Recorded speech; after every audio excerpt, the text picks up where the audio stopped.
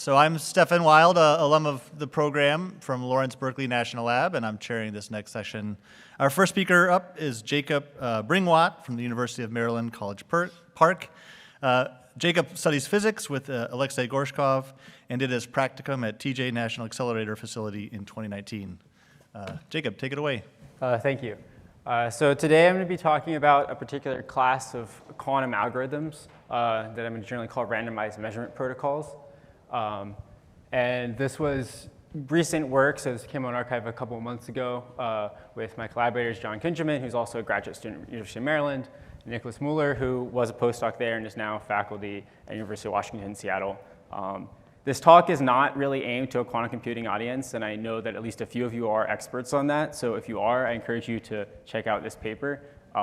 And hopefully you find the rest of the talk somewhat interesting, but I'm going to brush a lot of detailed physics under the rug. So again, if this is interesting to you, check out the paper. All right, so I'd like to actually start with a computer science idea, since this is an HPC audience, computational science. And there's this idea of this law of leaky abstractions. And there's a somewhat famous blog post about 15 years ago by one of the co-founders of Stack Overflow, which I'm sure you're all very familiar with, which is that all non-trivial abstractions are to some degree leaky. And so the idea here is that when we code or we design hardware, we have like a stack of abstractions that we make, things that simplify our reasoning. So as a simple example, I might, when I code, assume that all memory is equally fast to access. And most of the time, this is a perfectly reasonable abstraction to make, and I just write my code. I don't really care about the hardware of how memory is structured. But as you all know, as HPC people, this abstraction can leak. It can matter, for instance, how I loop over a very large array in terms of the time that costs. And so this is a leaky abstraction. And avoiding costly such abstractions, either in our compilers or the way we write our code, can lead to faster hardware or software. So I'd encourage you to think of this talk as applying this approach to quantum algorithms. In fact, in some ways, it might even be more important for quantum algorithms or quantum computers because our current quantum computers are really small and really terrible. They're very noisy. They don't do anything useful yet. And so if we would like to do something useful with a quantum computer anytime soon, it's really important that we pay attention to what assumptions we're making and what abstractions are in the way we design our algorithms. So this talk is related to paying attention to some of these abstractions in a particular class of algorithms. So again, this is a classical computing audience in general. So let's start by talking about quantum computing, what quantum computers are. In fact, I'm going to spend a good chunk of my talk on this background, and then I'll motivate the actual randomized measurement protocols. So as you all know, a classical computer is made up of bits. And there's a bunch of different physical instantiations of this, going way back, things like punch cards, capacitors, magnetic disks, et cetera. In contrast, a quantum computer is made up of qubits, quantum bits. And these are basic quantum mechanically behaving systems, two-level systems. And physically, this can be a number of different things. We haven't really had our transistor moment yet for a quantum computer, so there's a lot of different options out there. Things like spin-half particles, two levels of an atom, Josephson junctions, et cetera. And OK, so when I do computation, I have some sort of state space. So for classical computers, these are bit strings. So if I have n bits, my state space is bit strings of length n. For a quantum computer, the states are 2 to the n by 2 to the n trace 1 positive semi-definite Hermitian matrices that I'm going to call rho. So obviously, this is a much more complicated mathematical object. I'm going to give some intuition as to why this is the mathematical object that describes a quantum state. But for now, let's carry on.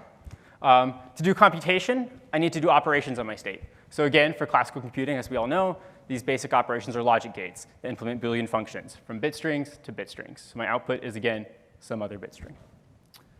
For a quantum computer, the operations are unitary matrices. So I'll have some sort of base set of unitary gates that I can apply to my state, and this will change my state. But the final output of my computation will again be a bit string.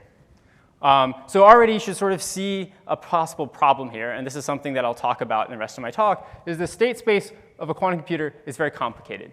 It's much more complicated than a classical computer. In fact, this is what I hope to take advantage of to compute more efficiently. But the final output is still a bit string. It's a classical amount of data coming out. And so this mapping is potentially a problem if I'm trying to extract data from a quantum computer. OK, but before we get into that, I do want to kind of motivate why we have these complicated state space for a quantum computer. So I encourage you to think of quantum states as a sort of generalized probability distribution.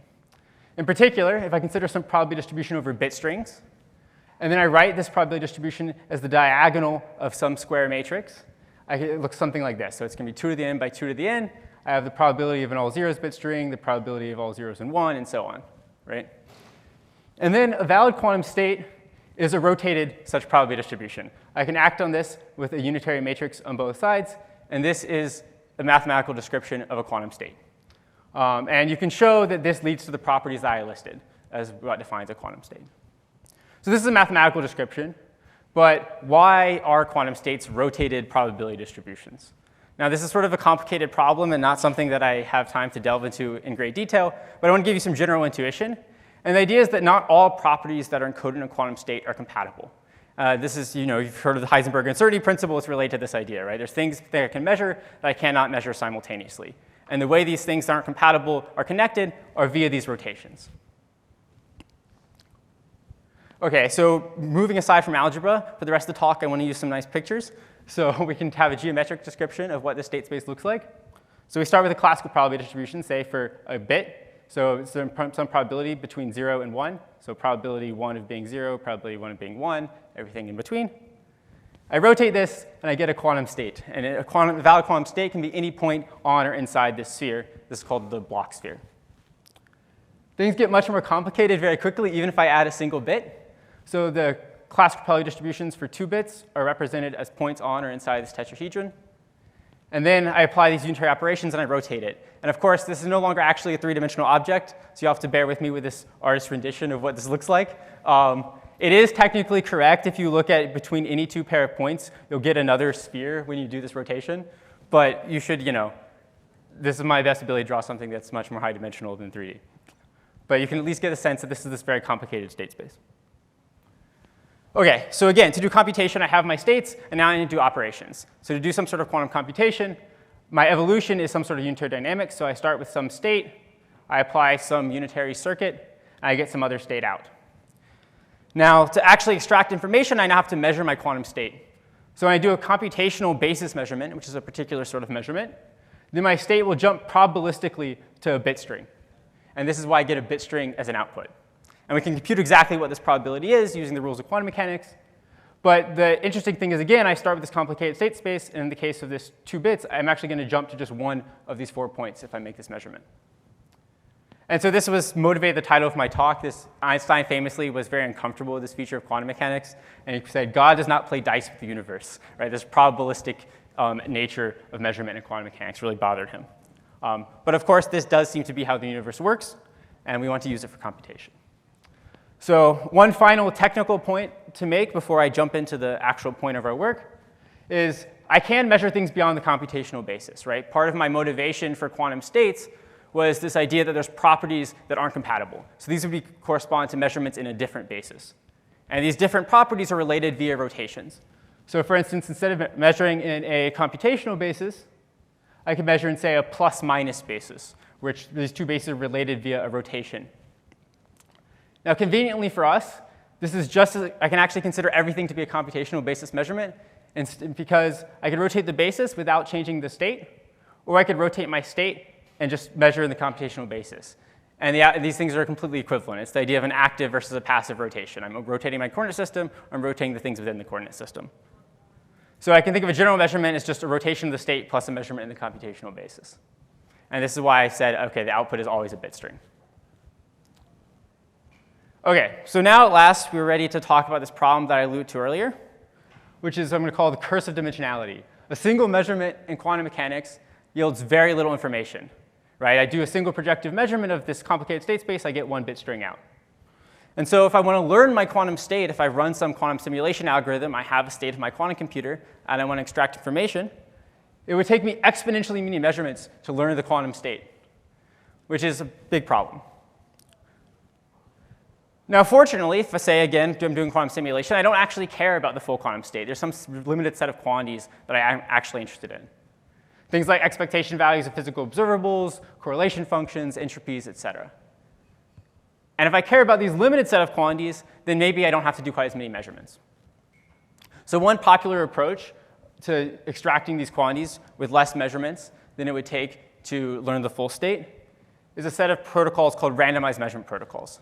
Now, there's a number of variations of this, things like classical shadows is a very popular one these days if you're in the quantum computing field. But the basic idea of all of these is that I do a bunch of random basis measurements on my state. So I have some unknown state, and again, we know these random basis measurements are equivalent to a random rotation plus a computational basis measurement. And then using properties of this set of random rotations plus the measurement outcomes, I compute the desired properties. Now, again, this depends a lot on kind of what this ensemble is, and depending on what the thing I care about, I might pick a different ensemble. Thanks. OK, so now finally, we can start to generalize this idea. So this particular randomized measurement thing doesn't assume anything about the state. But in practice, physically, when I'm doing a quantum simulation, I often know a lot about my state, things like symmetries. And so symmetries are super important to physicists, as I'm sure a lot of you are aware. Symmetries are directly related to conserved quantities. So it's a very simple example, time translation symmetry, the idea that physics is the same now as it is tomorrow, as it is in a year, is related to the idea of conservation of energy. And mathematically, states with symmetries have this block diagonal structure, where each block corresponds to a particular value of the conserved quantity.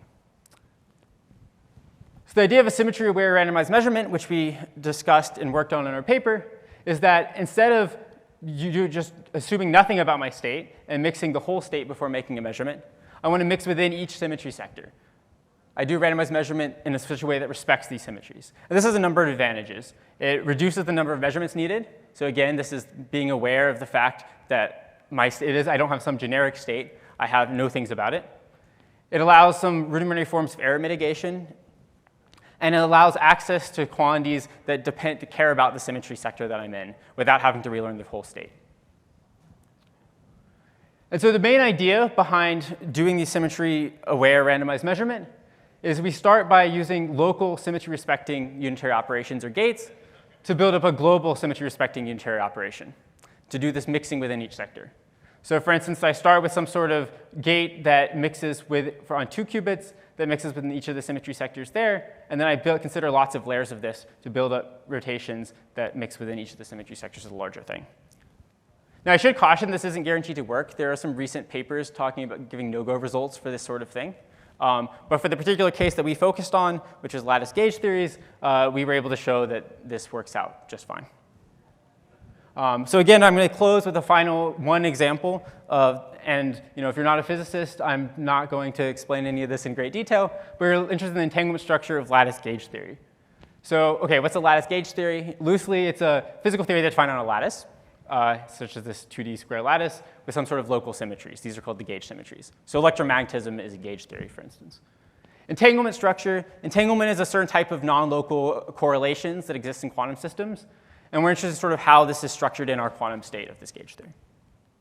And so particularly we're interested in a type of entanglement structure called topological order, which has been sort of a popular experimental thing to look into recently. So I'm just flashed up a few experiments where people have prepared topologically ordered states, things called quantum spin liquids, et cetera. And so protocols like ours should allow us to confirm that you've prepared such a state more efficiently.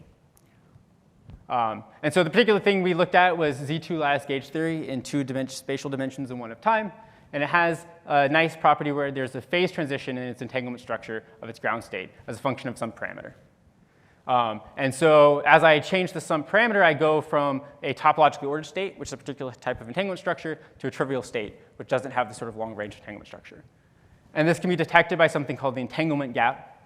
And this is something we can extract quite efficiently with our symmetry-respecting randomized measurement protocols. So I'm just going to flash up a plot. We were able to reconstruct this using a particular sort of randomized measurement protocol very efficiently using a sort of randomization that respects the symmetry of the Z2 lattice gauge theory. And we can detect this topological order even for a very small system size, which is what we're able to run on a classical computer. So finally, to summarize, so this law of leaky abstractions applies equally well to quantum algorithms as to classical algorithms. I want to be aware of the abstractions that I'm making. And so the fact that quantum state space is big and extracting information is expensive means that randomized measurement protocols that take into account physical insight, such as symmetries, can make these algorithms much better. And I would like to close by thanking my collaborators again, and also thanking everyone at Krell and DOE that really appreciated being part of this fellowship for the past 4 years. So I just want to take the opportunity to thank everyone for that.